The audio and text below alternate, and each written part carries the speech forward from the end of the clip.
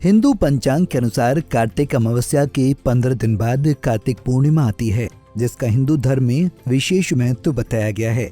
धार्मिक दृष्टिकोण से कार्तिक पूर्णिमा के दिन गंगा स्नान करने से पुण्य फल की प्राप्ति होती है। इस साल कार्तिक पूर्णिमा तिथि 27 नवंबर 2023 को मनाई जाएगी और इस दिन व्रत करने से व्यक्ति को मोक्ष प्राप्त होता है। इस दिन भगवान शिव की आराधना की जाती है और गंगा स्नान के बाद अपनी क्षमता के अनुसार दान करना शुभ माना गया है। कार्तिक पूर्णिमा को त्रिपुरारी पूर्णिमा के नाम से भी जाना जाता है।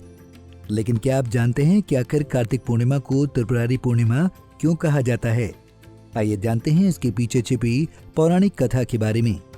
शिव पुराण के अनुसार तारकासुर नामक दैत्य के 3 पुत्र थे, जिनके नाम तारकाक्ष, कमलाक्ष और विंध्युमाली था। भगवान शिव के पुत्र कार्तिकेय ने तारकासुर दैत्य का वध किया था, जिससे उसके बेटों को बहुत दुख हुआ। उन्होंने अपने पिता के वध का बदला लेने के लिए घोर तपस्या कर ब्रह्मा जी को प्रसन्न किया।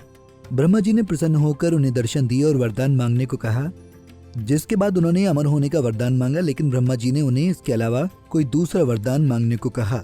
इसके बाद तीनों दैत्यों ने ब्रह्मा जी से कहा कि आप हमारे लिए 3 नगरों का निर्माण करवा दीजिए। हम इन नगरों में बैठकर पृथ्वी पर आकाश मार्ग से घूमते रहे और 1000 साल बाद हम एक ही जगह पर मिले। जब हम तीनों एक जगह पर मिले तो तीनों नगर मिलकर एक हो जाएं और जो भी देवता एक ही तीर से नगरों को नष्ट कर सकेगा वही हमारी मृत्यु का कारण होगा। ब्रह्मा जी ने उन्हें तथास्तु कहा। ब्रह्मा जी का वरदान पाकर तीनों राक्षस बहुत ही प्रसन्न हुए और ब्रह्मा जी के कहने पर मैदानम ने उनके लिए 3 नगरों का निर्माण किया। इनमें से एक नगरी सोने की, एक चांदी की और एक लोहे की थी।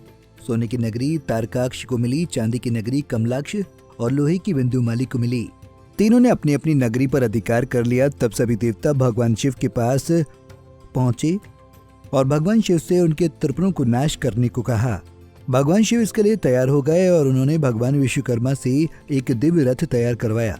त्रिपुरों का संहार करने के लिए देवताओं ने भी अपना पूरा सहयोग दिया। भगवान शिव के रथ के घोड़े इंद्र, वरुण, यम और कुबेर बने। वहीं चंद्रमा और सूर्य उस दिव्य रथ के पहिए बने। हिमालय धनुष और शेषनाग प्रत्यंचा बने। भगवान विष्णु स्वयं बाण बने। फिर भगवान शिव उस दिव्य रथ पर सवार होकर त्रिपुरों का संहार करने गए। इस दौरान देवताओं और दैत्यों के बीच भयंकर युद्ध हुआ और युद्ध करते समय त्रिपुर एक सीध में आ गए। जैसे वो तीनों एक सीध में आए तो भगवान शिव ने बाण चलाकर उनका संहार कर दिया।